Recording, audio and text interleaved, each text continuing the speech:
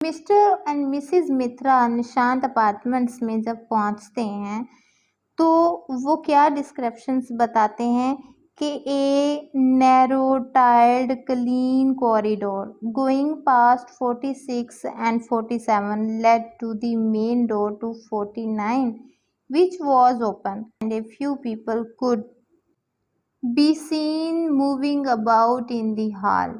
There was a jumble of slippers and sandals and shoes by the door. ये वो situation है जब Nishant apartment के बाहर जूतों के ढेर लगे होते हैं जिनमें स्लीपर्स भी हैं, सैंडल्स भी हैं, शूज़ भी हैं और लोगों का हजूम उनको मूव करता हुआ नज़र आता है। यानी मिस्टर मित्रा और मिसिज मित्रा जो हैं वो डिज़ायर्ड प्लेस पर पहुंच चुके हैं। Mister Talukdar who was standing in a white shirt and trousers talking to another couple, and a man excused himself from their company and came to the newly arrived couple. Come in, he said to Mrs. Mitra. To Mr. Mitra he said nothing, but accepted the tube roses that were now transferred to his arms. Nilma's there, he said, indicating a woman who was sitting at the far side of the sitting room upon a mattress on the floor, an old woman near her. So saying, he went off slowly with the tube roses in another direction. अब हमें एक और criticism Amit Chaudhary की इस writing में मिलता है जिसमें वो कहता है कि मिस्टर मित्रा के साथ तो मिस्टर तालुकदार कोई बात ही नहीं करता। वो मिसिज मित्रा को इशारा करता है कि आइए घर में और नीलिमा वहाँ बैठी हुई हैं, आप वहाँ पर जाकर उसके साथ अफसोस कर सकती हैं। वो ट्यूब रोजीज को पकड़कर दूसरी साइड पर ले जाता है। हमें मेल ओरिएंटेड सोसाइटी का एलिमेंट भी इसमें नज़र आएगा जिसमें जेंडर डिस्क्रिमिनेशन किया गया। यानी उस आदमी ने मिस्टर मित्रा को इन्फॉर्म करने की बजाय मिसिज मित्रा को इन्फॉर्म किया नीलिमा जो कि अंजलि की मदर हैं उनके बारे में कि वो किस जगह पर बैठी हुई हैं, जबकि मिस्टर मित्रा के साथ वो कोई भी बात नहीं करता। Mr. Talukdar was a tallish man, heavy, fair, clean-shaven. Most of his hair was grey. Mister Mitra हमें मिस्टर तालुकदार के बारे में उसकी फिजिकल डिस्क्रिप्शन और उसके वर्क के बारे में बताते हुए ये बताएंगे अब कि वो काम क्या करता है। He held some sort of important position in an old British industrial company that had turned into a large public sector concern a decade after independence. British Steel, renamed National Steel, he was now standing next to a television set. Mr. Mitra seemed to remember that Mr. Talukdar had two sons in America and that the sons had children. But Anjali had no children and that might have made things worse for her. Anjali के tragic character के हवाले से एक proof और हमें writer ने दिया कि शायद अंजलि की ज़िंदगी में ये भी एक कमी थी कि उसके पास औलाद जैसी नेमत मौजूद नहीं थी। अंजलि अपनी डोमेस्टिक और मैरिड लाइफ से सेटिस्फाइड नहीं थी क्योंकि उसके शौहर के साथ उसका झगड़ा होता था और इसकी मेन रीज़न शायद उनके यहाँ औलाद का ना होना था। इसी वजह से अंजलि अपने हालात से फरार पाने के लिए खुदकुशी का रास्ता इख्तियार करती है। ये वो आंसर्स हैं जो मिस्टर मित्रा के ज़रिए रीडर्स को दिए जा रहे हैं अंजलि के ट्रैजिक करैक्टर के हवाले से। जिंदा रहें तो क्या है, मर जाएं हम तो क्या, दुनिया से खामोशी से गुजर जाएं हम तो क्या, हस्ती ही अपनी क्या है ज़माने के सामने, एक ख्वाब है जहां में बिखर जाएं हम तो क्या। मुनीर न्याजी के ये वो अशार हैं जो हमें अंजलि के ट्रैजिक करैक्टर पर सेट होते नज़र आते हैं। अंजलि जिस परेशानी से गुजर रही थी उसके पेरेंट्स ने भी उसे कोई सपोर्ट नहीं किया मॉरली, एथिकली या फाइनेंशियली, जिसकी वजह से अंजलि अपनी लाइफ से डिससेटिस्फाइड होती है और वो सुसाइड अटेम्प्ट करती है। इमोशंस का अगर हम जिक्र करें तो मिस्टर मित्रा के इमोशंस जो राइटर ने हमें बताए वो ये कि ही फेल्ट बोर्ड। मिस्टर मित्रा इन रसूमात में काफ़ी बोरियत फील करता है। Shiraz ceremonies weren't right without their mixture of convivial pleasure and grief, and he couldn't feel anything as complete as a grief. दुख भी कोई दुख नहीं था, उनके लिए ये सिर्फ एक टाइम पास सेरेमनी थी जिसमें कि वो सिर्फ फॉर्मल तौर पर अपनी हाजिरी लगाने के लिए आए हैं। ऐसे इमोशंस का कोई तबादला ख्याल नहीं होता, ना तो वो मिस्टर ताल्लुकदार के साथ अंजलि की नागहानी मौत का अफसोस करते हैं और ना ही वो किसी दूसरे इंसान के साथ उसकी डेथ के हवाले से कोई डिस्कशन करते हैं।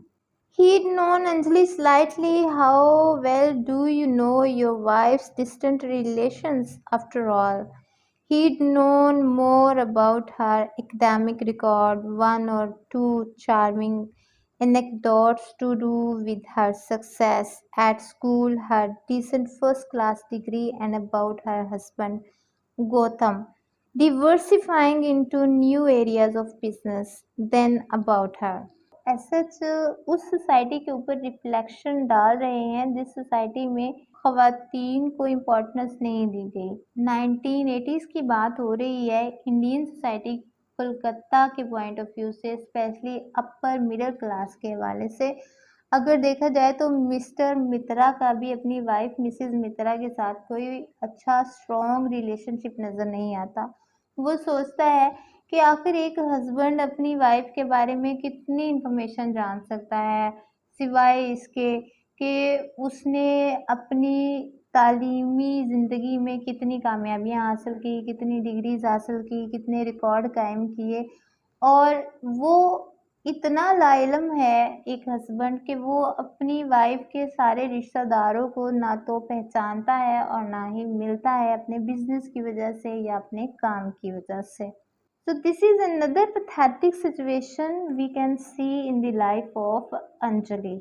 मिस्टर मित्रा अभी वाइफ और हस्बैंड के मैट्रिमोनियल लाइफ के हवाले से ही सोच रहे थे कि एक मुलाजिम आकर मिस्टर मित्रा को रिफ्रेशमेंट ऑफ़र करता है, जिसमें कि मिस्टर मित्रा को थोड़ी सी खुशी महसूस होती है। वो कहता है कि इट मस्ट बी फ्रॉम बेंचाराम और नेपाल स्वीट्स, यानी वो डिश जो लेकर आता है उसके लिए स्वीट डिश, वो कहता है कि या तो ये नेपाल स्वीट्स की है या फिर बेंचाराम की है। It had that texture. There was another man a little farther away with a tray of Fanta and Coca-Cola. Mr. Mitra hesitated for a second and then walked towards the man. He groped for a bottle that was less cold than the others. He had a sore throat developing.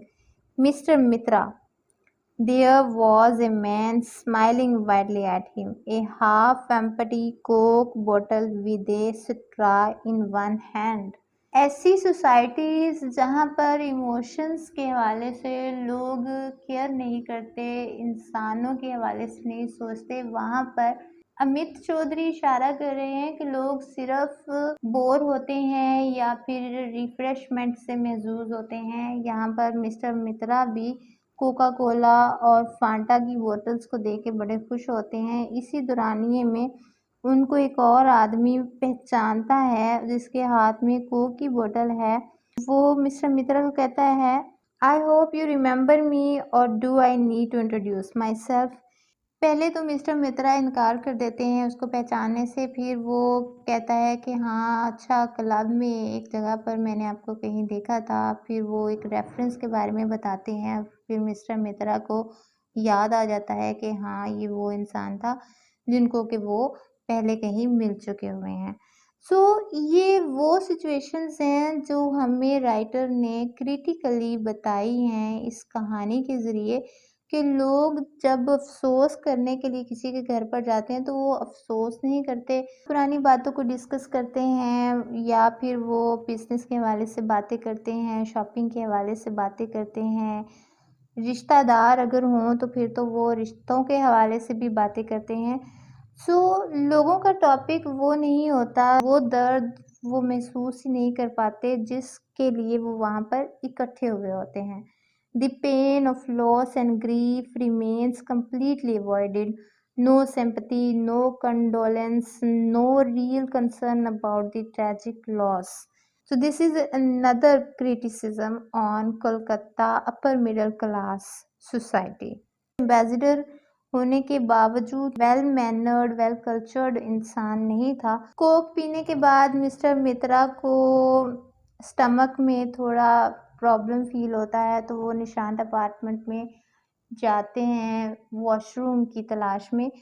सो यहाँ पर हमें indication मिलता है इस तरह से कि mister मित्रा जैसे उस जगह को बहुत ही अच्छे अंदाज से जानते थे। वो एक रूम में एंटर होते हैं और उस रूम के बाहर से जब वो बालकनी में से झांकते हैं तो साथ ऑपोजिट साइड पर उनको एक लेडी नज़र आती हैं जिसके साथ वो बात करते हैं, सवाल करते हैं, डिड इट हैपन हियर? क्या ये वाक़या यहाँ पर रूनुमा हुआ? He looked at the woman, attached clips to another towel. यानी वो देखते हैं उस औरत की तरफ जो कपड़े सुखाने की गर्ज से छत पर आई हुई थी, वो क्लिप्स अटैच कर रही थी टॉवल के साथ। Anjali had been living with her parents for a month after leaving her husband. She'd left him before, but this time she'd said her intentions were clear and final. There was a rumor that her parents had not been altogether sympathetic. ये वो information थी जो अंजलि की neighbour mister Mitra को देती है। वो कहती है कि अंजलि 1 महीना पहले अपने हस्बैंड को छोड़कर अपने वालिदैन के साथ रह रही थी। वो पहले भी कई बार उसको छोड़कर आई थी, लड़ाई झगड़े आम सी बात थी उनकी ज़िंदगी में, लेकिन इस बार उसने डिसाइड कर लिया था, एक इरादा शो किया था। उसने इंटेंशंस शो किए थे जो क्लियर और फाइनल थे। एक रूमर थी कि उसके जो वालिदैन हैं वो उसके साथ सिंपैथी शो नहीं करते। सो यहाँ पर जो वर्ड यूज़ किया गया है पेरेंट्स के हवाले से वो सिंपैथी का वर्ड है। But it's easy to be lucid with hindsight. Friends, hindsight होता है understanding the nature of an event. It is said that hindsight is better than foresight. यानी इंसान के अंदर एक अल्लाह ताला ने जो एबिलिटी रखी है कि वो दूसरों का दुख दर्द महसूस करे, उसके साथ सिंपैथी शो करे और उसकी बात को सुने। हो सकता है कि सिर्फ उसकी बात को सुनने से ही दूसरे इंसान का दर्द कम हो जाए, लेकिन हम इंसान अपनी रश आवर लाइफ में इन सारी चीज़ों से महरूम होते जा रहे हैं। सो फोरसाइट होता है सीइंग अहेड, आगे देखना। हाइंडसाइट जो है अंडरस्टैंडिंग है किसी इवेंट के नेचर की, वो बेहतर है बजाय इसके कि इंसान आगे फ्यूचर के बारे में सोचे। So this is a silent message to Kolkata society from Amit Chaudhary. Another criticism, he was still hungry. अभी भी मिस्टर मित्रा को भूख लगी हुई है और इसी दौरान में मिस्टर मित्रा जब अपनी वाइफ की तरफ देखता है तो वो उसको इशारा करती हैं आंख से चलने का। He caught his wife's eye and nodded at her as if to say yes I am coming and yes it's been a waste of time. Mister Mitra को अभी भी भूख फील हो रही है और वो उसी आदमी को ढूंढने की कोशिश करता है जिसके हाथ में नेपाल की स्वीट्स थी। सो इसी दौरानिए में वो अपनी वाइफ की तरफ एक नज़र दौड़ाता है तो उसकी वाइफ उसको इशारा करती है और शायद ये वो इशारा था जिसको वो बिना अल्फाज के समझ लेता है कि जिसमें वो उसे कहती है कि हाँ मैं आ रही हूँ। यहाँ पर आना वक्त को ज़ाया करने के बराबर ही था। This is another element of criticism in this story. Once inside the car, he said to his wife, I don't know about you, but I am quite hungry. At the end, हमें यही एक message Amit Chaudhary अपनी society से convey कर रहे हैं कि mister मित्रा और मिसेस मित्रा की जो फीलिंग्स थी वो वही नॉर्मल थी जो कि घर से निकलने से पहले थी। वो अभी भी भूख महसूस कर रहे हैं और जल्दी से वहाँ से जाना चाहते हैं, जबकि उन्होंने कोई ऐसे सिम्पैथेटिक वर्ड्स भी अदा नहीं किए। तो अभी भी मिस्टर मित्रा के माइंड में जो चीज़ें चल रही थी वो क्लब था, buying cookies for T, visiting new market, lunch of dal rice and fish. यानी ये 4 चीज़ें थी जो मिस्टर मित्रा के ज़हन में घूम रही थी कि उसने क्लब भी जाना है, कुकीज़ खरीदनी है चाय के साथ खाने के लिए, विज़िट करना है न्यू मार्केट का और लंच करना है दाल चावल और फिश का। Friends, story satirizes the society which looks at everything in a mechanical manner. Story is narrated in the third person point of view. Mister Mitra, middle aged person.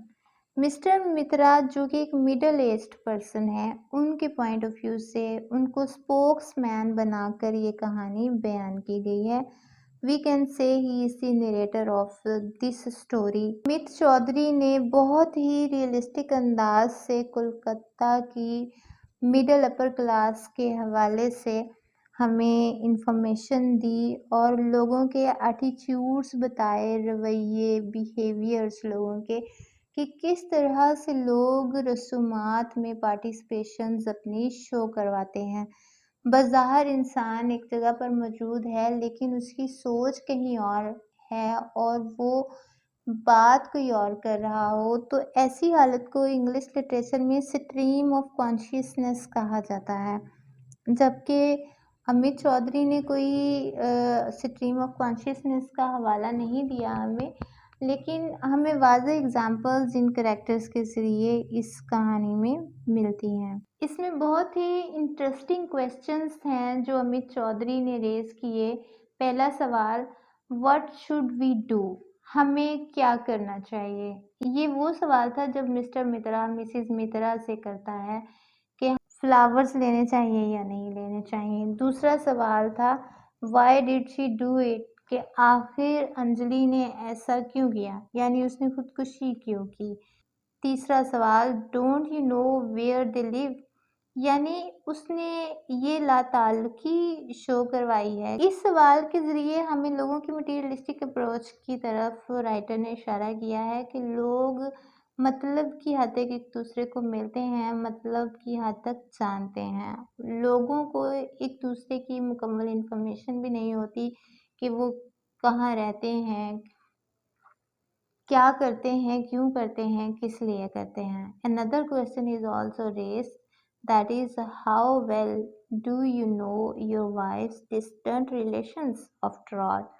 ये बहुत important question है जो कि मेल ओरिएंटेड सोसाइटी के point of view से पेश किया गया, जिसमें एक मर्द सोचता है कि आखिर वो कितनी अच्छी तरह से अपनी बीवी के दूर के रिश्तेदारों के बारे में जानता है।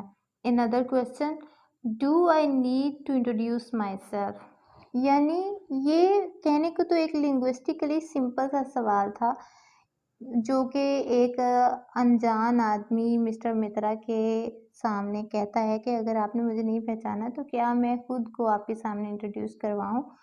सो this is also materialistic approach कि लोग एक दूसरे को पहचानते नहीं, खुद ही की तरफ एक इशारा है, इंसान की मार्फत के लिए एक इशारा है कि इंसान खुद से ही लाताल्लुक है, इंसान खुद को ही नहीं पहचानता। Symbolically this lines are very important in this story. Last question जो कि मिस्टर मित्रा ने उस नेबर से किया, डिड इट हैपन हेयर, यानी उसने जगह को देखकर इशारा किया कि क्या इस जगह से अंजलि ने कूदकर अपनी जान दी थी। Human beings are not studying each other. This is an open criticism on Kolkata society. Amit Chaudhary ने जो क्रिटिसिज्म किया है इंसानों के रवैयों के हवाले से कि इंसान सस्ते थे, उनके इमोशंस की कोई परवाह नहीं की जाती थी। अगर किसी चीज़ की परवाह की जाती है तो वो है पैसा। वो पैसा जिससे लोग समझते हैं कि हर चीज़ खरीदी जा सकती है, खुशियाँ भी खरीदी जा सकती हैं। लेकिन इस कहानी से हमें ये मैसेज मिल रहा है कि पैसा सब कुछ नहीं होता। इंसानों के रवैये बहुत इम्पोर्टेंट होते हैं। इंसानों के एक-दूसरे के साथ ताल्लुकात बहुत अच्छे होने चाहिए। एटलीस्ट वो एक-दूसरे के दुःख-दर्द में शामिल हो सकें। मुनीर नियाज़ी उर्दू लिटरेचर से बहुत बड़ा नाम है। उनकी फ़ेमस पोएट्री है, ज़िंदा रहें तो क्या है, मर जाएँ हम तो क्या, दुनिया से ख़ामोशी से गुज़र जाएँ हम तो क्या, हस्ती ही अपनी क्या है, ज़माने के सामने, एक ख़्वाब है जहाँ में बिखर जाएँ हम तो क्या. So these lines are perfectly matched with the tragic story of Anjali.